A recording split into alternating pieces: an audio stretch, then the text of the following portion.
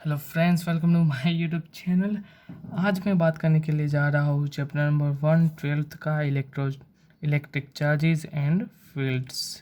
ये इलेक्ट्रोस्टैटिक्स का एक पार्ट है, मतलब का एक चैप्टर। इलेक्ट्रोस्टैटिक्स में हम पूरे चार्ज के बारे में बात करते हैं, ठीक है। जैसे ही हमने बात करूँ कि मैकेनिक्स में जो है पूरा मास पे डिपेंड है, ठीक है। मास के साथ हम सब कुछ करते हैं, एक्सेलरेट करते हैं और वो सब कुछ उसी तरीके से इलेक्ट्रोस्टैटिक्स में हम चार्ज के साथ सब कुछ करेंगे, ठीक है। तो हमें सबसे पहले तो जानना पड़ेगा कि भाई ये चार्ज क्या है। तो चार्ज, देखिए यहाँ पे मैं डेफिनेशन लिखी देखता हूँ कि charge is intrinsic intrinsic property of matter, ठीक है। मतलब कि चार्ज जो है वो इंट्रिंसिक प्रॉपर्टी का मतलब है कि वैसी प्रॉपर्टी जो एकदम फंडामेंटली, मतलब एकदम क्या कह सकते हैं, यस, कि उसके बारे में हम ऐसा नहीं पूछ सकते कि चार्ज कहाँ से आया है, क्यों आया, हम उसकी हिस्ट्री के बारे में नहीं जानते। हम बस ये सिर्फ है, वो एक मैटर की एक ऐसी प्रॉपर्टी नेचर ने बनाई हुई है, ठीक है। तो फिर उसी के बारे में ये इलेक्ट्रोस्टैटिक्स में सब कुछ हम चार्ज के बारे में पढ़ेंगे कि ये क्या है। चार्ज दो तरीके के होते हैं, एक होता है पॉजिटिव, एक होता है नेगेटिव। चार्ज में जब तो पॉजिटिव एक दूसरे के नज़दीक आ जाए तो फिर वो एक दूसरे को दूर धकेल देते हैं। वो कहते हैं भाई तू निकल, पहली फुर्सत में तू निकल, ठीक है। मतलब वो एक दूसरे को रिपेल कर डालते हैं। लेकिन जब दो अलग अलग, मतलब एक प्लस और एक माइनस या हो, ठीक है, दो अलग अलग चार्जेस हो, ठीक है, तो उस टाइम पे वो एक दूसरे को अट्रैक्ट करते हैं, मतलब एक दूसरे के नज़दीक जाने लगते हैं, ठीक है, नज़दीक का फोर्स लगाते हैं। ये पॉजिटिव पॉजिटिव हो या फिर नेगेटिव नेगेटिव हो तो सेम हो, तब वो रिपेल करता है। जब तो अलग अलग चार्जेस हो तब वो एक दूसरे को अट्रैक्ट करते हैं। अब मैं चार्ज के बारे में बात करूँ तो चार्ज जो है वो एक स्केलर क्वांटिटी है, ठीक है, जिसका सिंबल की अब मैं बात करूँ तो फिर उसे कैपिटल क्यू से डिनोट किया जाता है। अब कुछ उसकी प्रॉपर्टीज़ के बारे में मैं बात करता हूँ। पहले तो चार्ज जो है, charge is addictive addictive in nature. अब यार ये एडिक्टिव का मतलब क्या है। अब मान लो यहाँ पर कोई मैटर है, ठीक है, जो पहले तो न्यूट्रल में था। मतलब न्यूट्रल का मतलब क्या होता है कि देखिए यहाँ पे न्यूट्रल का मतलब क्या होता है कि उस पर कोई भी चार्ज नहीं है, ठीक है। लेकिन अब मान लो मैंने इसमें से 5 इलेक्ट्रॉन जो है वो ले लिए, या फिर हम वैसा भी कह सकते हैं कि मैंने इसमें से 5 इलेक्ट्रॉन जो है 5 इलेक्ट्रॉन्स रिमूव कर डाले। तो उसी के साथ अंदर, मतलब इसके जो इसका चार्ज की मैं बात करूँ तो अब इस पर कितना चार्ज आया होगा, तो वो 5 प्रोटॉन आए होंगे, ठीक है। मतलब यहाँ पर इसके जो 5 इलेक्ट्रॉन गए तो उसके सामने यहाँ पे 5 प्रोटॉन जो है वो बचे हुए होंगे, 5 प्रोटॉन जो है वो बचे हुए होंगे, ठीक है। मतलब हम यहाँ पर क्या कह सकते हैं कि जितने गए उतने आए, ठीक है। मतलब शुरुआत में वो न्यूट्रल था, मतलब कोई भी चार्ज नहीं था। उसके बाद यहाँ पर 5 इलेक्ट्रॉन को, 5 इलेक्ट्रॉन्स को हमने रिमूव कर दिया तो उसके सामने 5 प्रोटॉन्स भी आ गए भाई। मतलब ये क्या हुआ दोस्तों, ये एडिक्टिव, मतलब हम अब इससे हम देखिए एक बात कहता हूँ। देखिए यहाँ पे कोई 2 कूलम है, यहाँ पे 3 कूलम है और यहाँ पर -1 कूलम है, ठीक है। तो फिर इस पूरी सिस्टम का टोटल चार्ज कितना होगा। यहाँ पे 3 + 2 मतलब 3 कूलम, 2 कूलम, और यहाँ पर एक माइनस है, मतलब यहाँ पर -1 कूलम। आखिर में आंसर क्या आया, 4 कूलम। यहाँ पे पूरी सिस्टम का कूलम क्या है, 4 कूलम है। तो फिर ये हमने क्या किया, ठीक है, ये सब क्या किया, एडिक्टिव, मतलब हम उसके साथ प्लस और माइनस वाला जो खेल है वो खेल सकते हैं। उसी को हम क्या कहेंगे, चार्जेस, मतलब हम क्या कहेंगे, चार्जेस एडिक्टिव इन नेचर। अब यहीं पर एक और चीज़ मैं आपको सिखा दूँ कि मैंने 5E लिखा है, ठीक है, तो फिर ये E क्या है, ई मैं आपको ये नहीं बताया, अब मैं बताता हूँ। चलिए,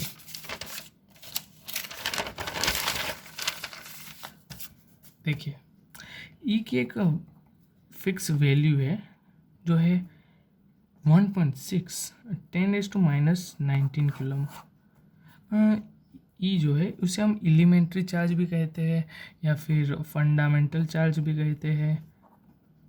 मतलब फंडामेंटल चार्ज मतलब क्या है दोस्तों, कि जब रिसर्च किया गया तब पता चला कि भाई प्रोटॉन और न्यूट्रॉन दो तरीके के चार्ज होते हैं। उसके बाद उसकी वैल्यू फाइंड जब करी गई तब उस दोनों की वैल्यू सेम आई, जो थी 1.6 10⁻⁻19 कूलम। लेकिन इलेक्ट्रॉन की में उसकी वैल्यू जो थी वो माइनस थी, जब प्रोटॉन की वैल्यू जो थी वो पॉजिटिव मतलब प्लस थी। और इसी जो चार्ज की जो वैल्यू थी वो कितनी थी, 1.6 10⁻⁻19 कूलम्स। और इसी को हम कहते हैं फंडामेंटल चार्जेस, ठीक है। देखिए, अब ये फंडामेंटल चार्जेस को ही मैंने यहाँ पे लिखा है 5E, ठीक है। तो देखिए, यहाँ से हमें एक और चीज़ याद रखनी है, क्या है कि चार्ज, ये एक और मैं आपको प्रॉपर्टी लिखवा रहा हूँ, क्या कि चार्ज इज़ क्वांटाइज्ड, ठीक है। क्वांटाइज्ड का मतलब क्या होता है कि वो एक फिक्स वैल्यू के साथ मल्टीपल होता है जो ई है। इसे हम फॉर्मूला के रूप में कुछ इस तरीके से लिखते हैं, Q is equal to E। मतलब चार्ज की कोई भी वैल्यू जो हो वो ऑलवेज ई के मल्टीपल में होती है, मतलब वो, इसे हम इंटीग्रल मल्टीपल कहते हैं, ठीक है, इंटीजर, सॉरी। तो फिर हमें यदि लिखना है तो फिर हम क्या लिखेंगे कि चार्ज कैन या फिर it can be expressed in integral multiples fundamental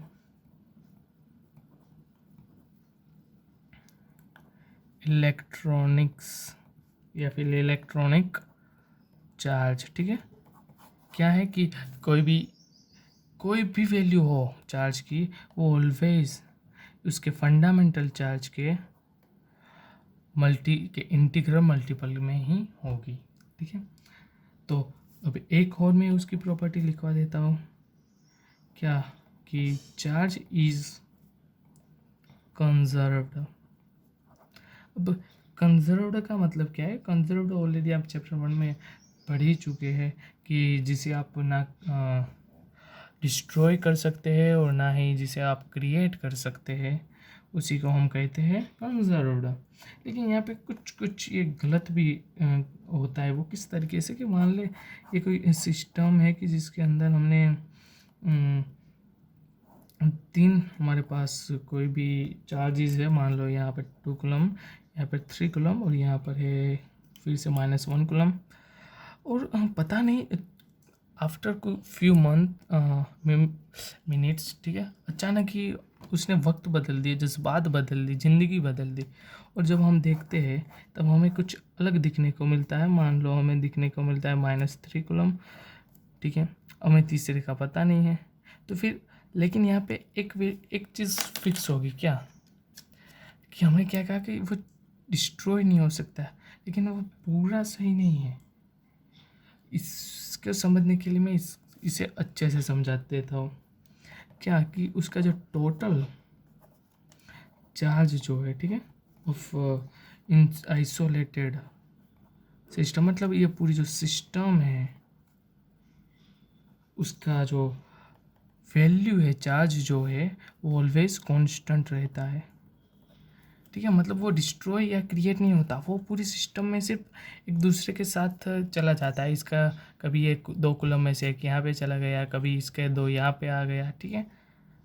तो फिर अब यहाँ से हम क्या फाइंड कर पाएंगे, यहाँ पे क्या है, 2 कूलम है +3 कूलम -1 कूलम, इसका हम क्यों ले लेते हैं। तो फिर हमने यहाँ पे कहा क्या कि उसका जो पूरा सिस्टम है वो दोनों तो सेम ही रहेगा। तो फिर यहाँ पर 1 coulomb minus 3 coulomb plus Q, तो यहाँ से हमें क्यू की वैल्यू मिलेगी 5 minus 4 coulomb is equal to minus 2 coulomb plus Q. तो फिर 2 की हमें क्या वैल्यू मिली, Q is equal to 6 coulombs. ठीक है, तो फिर ये हमने क्या किया, देखिए अभी यहाँ पे मैं 6 डाल दूँ तो क्या होगा, यहाँ पे 6 कूलम ये है। ठीक है, तो फिर 6 1 7 माइनस 3 6 1 एंड माइनस 3 एंड 4। ठीक है, 4 कूलम आ गया। इसका भी देख लेते हैं, 2 प्लस 3 5 माइनस 1 4 कूलम। ठीक है, मतलब ये सही है दोस्तों। ठीक है, अब एक और बात मैं बता दूं कि ये मैंने बात अभी कही जो मैकेनिक्स में मास, तो एक और इसकी प्रॉपर्टी है कि charge is not depend on velocity. ठीक है, अब मैं मास की पहले बात कर दूं तो मास का एक फॉर्मूला था, यदि आपको पता हो तो, कि M is equal to m0 divide by V square divide by C square, जहाँ पर v0 जो है वो मास से जब वो रेस्ट पे हो उसका मास है, और वेलोसिटी और ये क्या है c, मतलब स्पीड ऑफ लाइट जो कितनी होती है 3 × 10⁻18 मीटर बाई सेकंड स्क्वेयर। ठीक है, वो तो सबको पता ही है। ठीक है, तो यहाँ पे हमें क्या पता चला कि m जो है वो वेलोसिटी पे डिपेंड करता है। ठीक है, लेकिन चार्ज की बात करी जाए तो वो वेलोसिटी पे डिपेंड नहीं करता है। देखिए अब यहाँ पर एक क्वेश्चन आपके माइंड में आता होगा कि मैकेनिक्स में तो हमने कभी इसका यूज़ नहीं किया यदि मास उस पर डिपेंड करता है, लेकिन उसमें हम इसलिए यूज़ नहीं करते थे क्योंकि उसमें वेलोसिटी थी वो सी के कंपेयर में, मतलब लाइट की स्पीड के कंपेयर में काफ़ी कम थी दोस्तों, और इसीलिए हम मास को मतलब वेलोसिटी को वो नेगलेक्ट कर देते, और इसीलिए M is equal to m0 हम रखते थे। लेकिन अब चार्ज की बात आ गई तो उसमें हम इस फॉर्मूला का अब आगे हम यूज़ करने वाले हैं। तो ये कुछ बात थी चार्जेस की, और ये कुछ प्रॉपर्टीज़ थी दोस्तों जो काफ़ी हद तक इम्पोर्टेंट है। क्यों, अब कुछ न्यूमेरिकल्स भी हम देख ही लेते हैं। तो चलिए देखिए, यहाँ पे एक एकदम आसान क्वेश्चन है। ठीक है, क्वेश्चन कुछ इस तरीके का है कि if only one electron passes through a cross section of a conductor wire in 1 second, then the current passing through this conductor is। ठीक है, मतलब एक वायर है जिसमें से हर एक सेकंड में एक इलेक्ट्रॉन जो है वो पास हो रहा है, तो फिर उसमें कितना करंट है वो फाइंड करना है। तो इसके लिए पहले तो आपको ये एक फॉर्मूला आना चाहिए, Q is equal to I T, कि जहाँ पे I is the current and T is equal to time. तभी आप इस क्वेश्चन को एकदम आसानी से कर सकते हैं। हमें पता ही है कि Q is equal to number of electrons भी होता है, तो फिर इस तो इक्वेशन से हम क्या लिखेंगे, I T is equal to N E, find हमें करना है I is equal to N E divide by T. Number जो है एन की वैल्यू हमें दी गई है, एन की वैल्यू क्या है 1। कैसे पता चला कि हर एक सेकंड में एक इलेक्ट्रॉन जो है वो पास हो रहा है। ठीक है, और ई के वैल्यू तो हमें पता है 1.6 × 10⁻19 coulomb divide by T is the time जो 1 सेकंड है, तो आंसर क्या आएगा 1.6 10⁻19 आई का क्या होता है एम्पियर। ठीक है, एकदम आसान। एक और क्वेश्चन के बारे में बात करता हूँ।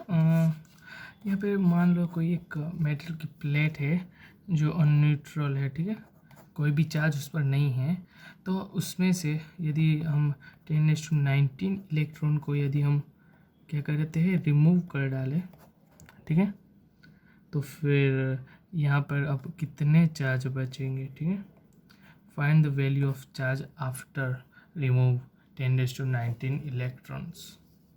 तो फिर एकदम आसान क्वेश्चन है। ठीक है, हमें पता है एक इलेक्ट्रॉन को जब हम रिमूव कर दे, हम मान लें यहाँ से एक इलेक्ट्रॉन को रिमूव करते हैं, तो फिर यहाँ पर कितना चार्ज आएगा 1 + e, मतलब एक इलेक्ट्रॉन की वैल्यू होती है 1.6 × 10⁻⁹ कूलम, ठीक है। मतलब यहाँ से -1.6 × 10⁻⁹ कूलम से रिमूव होगा, तो फिर उसके सामने यहाँ पे 1.6 × 10⁻⁹ कूलम अंदर पॉजिटिव में आएगा।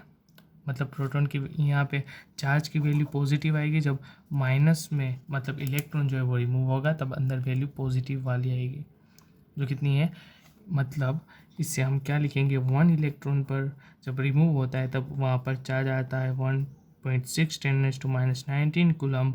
तो फिर 10⁻⁹ इलेक्ट्रॉन को रिमूव होने पर कितना चार्ज रहेगा, तो इसका आंसर ये आएगा 1.6 10⁻⁹ multiply by 10⁻⁹ is equal to 1.6 coulombs. मतलब जब यहाँ पर 10⁻⁹ इलेक्ट्रॉन्स जो है वो रिमूव हो जाएगी तब आंसर आएगा 1.6 कूलम, ठीक है। इतना चार्ज अब यहाँ पर है, जहाँ पर न्यूट्रल था वहाँ पर अब चार्ज आ चुका है, और वो कौन सा है, पॉजिटिव। एकदम इसी तरीके के एकदम आसान न्यूमेरिकल से, ये कुछ IIT GK और वैसे नहीं है, ठीक है। वो नेक्स्ट जब हम कूलम्स लॉ की बात करेंगे वहाँ पे बहुत बेहतरीन MCQs हम देखेंगे। अब मैं कुछ बात करता हूँ चार्जिंग की। चार्जिंग मतलब चार्ज, किसी भी न्यूट्रल मटेरियल को चार्ज करना, मतलब वो उसे, ये कैसे न्यूट्रल था उससे हमने चार्ज कर दिया, मतलब उसमें चार्ज डालना। वो हम अलग अलग 3 तरीके से किसी को भी मटेरियल को हम चार्ज कर सकते हैं। पहला जो है वो चार्ज बाय कंडक्शन, ठीक है। इसमें क्या होता है चार्ज बाय कंडक्शन, मतलब मान लो मेरे पास 2 कंडक्टर्स है। कंडक्टर्स मतलब पता ही होगा, मतलब जिसमें से हम आसानी से चार्ज को पास कर सके। मान लो यहाँ पे ये न्यूट्रल है, मतलब यहाँ पर कोई भी चार्ज नहीं है, ठीक है। ये क्या है, न्यूट्रल है। लेकिन यहाँ पर चार्ज है जो 6Q है, मतलब यहाँ पे 6 इलेक्ट्रॉन से, मतलब हम ये सभी लिख सकते हैं -6E, ठीक है। जब इस दोनों को हम टच कर डालते हैं तो फिर ये दोनों में हाफ हाफ हो जाता है, मतलब यहाँ पे 6 था, यहाँ पे 6 था, तो फिर यहाँ पर 3 बट जाएगा। और अब मैं इसे अलग अलग कर देता हूँ, तो इसमें भी 3, इसमें भी 3। तो ये क्या हुआ, पहले इस दोनों को मैंने टच किया, दोनों में हाफ हो गया, दोनों अलग अलग हो गए। अब एक और तरीके से हम किसी भी मटेरियल को चार्ज कर सकते हैं, जिसे हम कहते हैं चार्जिंग बाय इंडक्शन। इंडक्शन में अभी इसमें क्या होता है कि मान लो फिर से मेरे पास कोई 2 बॉल है जो न्यूट्रल है, ठीक है, कोई चार्ज नहीं है। उस दोनों को सबसे पहले टच करवा दिया जाता है, और उसके नज़दीक कोई पॉजिटिव, चलो यहाँ पे पॉजिटिव हम चार्ज वाले एक प्लेट को नज़दीक ले जाते हैं। तो फिर यहाँ पर क्या होता है कि जो नेगेटिव वाले चार्जेस है वो यहाँ पर अट्रैक्ट होने के कारण यहाँ पर आ जाते हैं, और पॉजिटिव जो है वो सारे यहाँ पर आ जाते हैं। यहाँ पे एक बात याद रखिए कि प्रोटॉन जो है वो कभी ट्रैवल नहीं कर सकते, ऑलवेज चार्ज जो इलेक्ट्रॉन जो है एक में से दो में से 3 जाते हैं। देखिए इसमें भी यही होता है कि ये जो यहाँ पर के जो माइनस, यहाँ पे माइनस था वो यहाँ पे आ गया, उसी तरीके से सारे माइनस यहाँ पर जाते हैं, और आखिर में ये जो माइनस होते हैं वो यहाँ पर चले जाते हैं, मतलब यहाँ पर अब सिर्फ पॉजिटिव रहा।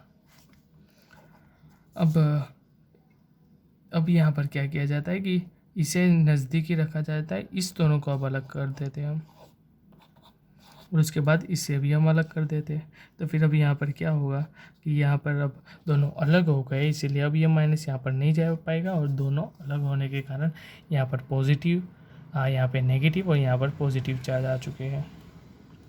दोनों की वैल्यू सेम होगी, सिर्फ चार्ज की जो वैल्यू है एक पॉजिटिव होगी और एक नेगेटिव होगी। तो फिर ये भी इस तरीके से भी हम किसी मटेरियल को, न्यूट्रल मटेरियल को जो है वो चार्ज कर सकते हैं। एक और तरीका है जिसे हम कहते हैं चार्जिंग बाय, क्या कहते हैं उसे, हाँ, चार्जिंग बाय फ्रिक्शन। इसमें कुछ नहीं होता। इसमें क्या होता है कि जैसे कि अब मान ले तो किसी भी दो मटेरियल को आपस में घिसा जाता है, ठीक है। तो फिर घिसने से क्या होता है कि यहाँ पे एक एनर्जी क्रिएट होती है, और जब घिसते हैं तब यहाँ पे एक साइड जो है वो सारे इलेक्ट्रॉन्स आ जाते हैं और एक तरफ प्रोटॉन्स आ जाते हैं। यहाँ पे एक दूसरे को अट्रैक्ट होने के कारण यहाँ पे जो प्रोटॉन है वो इलेक्ट्रॉन को अट्रैक्ट कर देते हैं, जिससे एक तरफ इलेक्ट्रॉन चले जाते हैं, ठीक है, और दूसरी तरफ इलेक्ट्रॉन जाने की वजह से यहाँ पे सिर्फ प्लस मीन्स पॉजिटिव बचता है। तो फिर आखिर में क्या होता है कि एक नेगेटिव हो जाता है और एक पॉजिटिव होता है। यहाँ पे एक चीज़ याद रखिए क्या, कि चार्ज जो है वो कहीं मास के बिना नहीं रह सकता। मतलब आप ये नहीं कह सकते ये देखिए हवा में ही चार्ज है, नहीं, चार्ज वहीं पे होगा जहाँ पे मास होगा। मास के बिना चार्ज कहीं पर भी नहीं हो सकता। तो फिर इसका मतलब क्या होगा कि यहाँ पर जब चार्ज यहाँ से यहाँ आता है तो उसके साथ कुछ मास भी लाता है। तो फिर यहाँ पर कभी कभार किसी का, ठीक है, दो को घिसा है तो एक का मास इंक्रीज़ होगा, तो फिर एक का मास जो है वो डिक्रीज़ होगा, ठीक है। और मतलब ओवरऑल इस तीन तरीके से हम किसी भी न्यूट्रल ऑब्जेक्ट को या फिर न्यूट्रल मटेरियल को हम चार्ज कर सकते हैं। अब मैं इसके रिलेटेड यदि कुछ क्वेश्चन तो नहीं है, काश नहीं होते, क्योंकि नीट और जी में तो इतना आसान तो नहीं पूछते, ठीक है ना, लेकिन फिर भी एक क्वेश्चन अच्छा है तो फिर मैं करवा देता हूँ। क्वेश्चन कुछ इस तरीके का है कि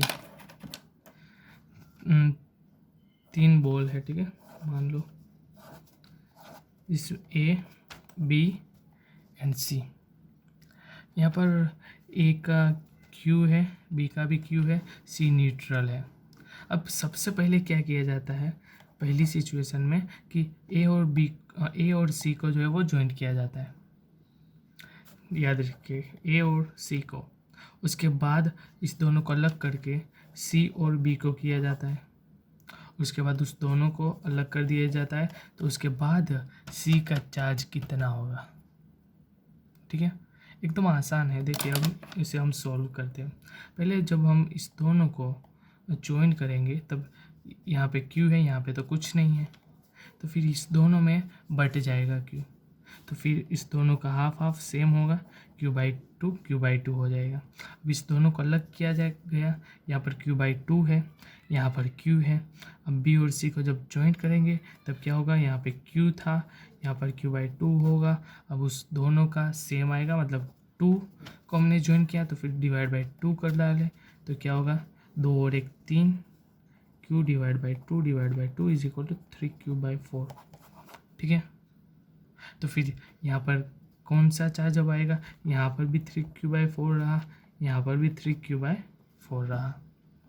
यहाँ पर 2 और यहाँ पे 2 आएगा, 3 आएगा, 4 आएगा। ये किस पे डिपेंड करता है कि आपने कितने को ज्वाइन किया है। यहाँ पे हमने 2 बॉल को ज्वाइन किया था, इसलिए हमने यहाँ पर 2 लिखा, तो हमें मिल गया। तो आखिर में जब हम बी और सी को अलग अलग कर डालेंगे तब हमारे पास 3 क्यू/4 चार्ज रहेगा, कहाँ पर, सी पर, ठीक है। बहुत ऐसे ही है, ठीक है, न्यूमेरिकल्स में तो कुछ ज़्यादा है नहीं, ठीक है। लेकिन नेक्स्ट जो वीडियो लेक्चर होगा कुलम्ब्स लॉ, उसमें तो बहुत ही मज़ेदार क्वेश्चन बनेंगे, जो नीट और जी के क्वेश्चंस भी हम उसमें सॉल्व करेंगे। तो आज के लिए इतना काफ़ी है, मिलेंगे हम एक और नेक्स्ट वीडियो में, तब तक के लिए bye bye, tata, see you.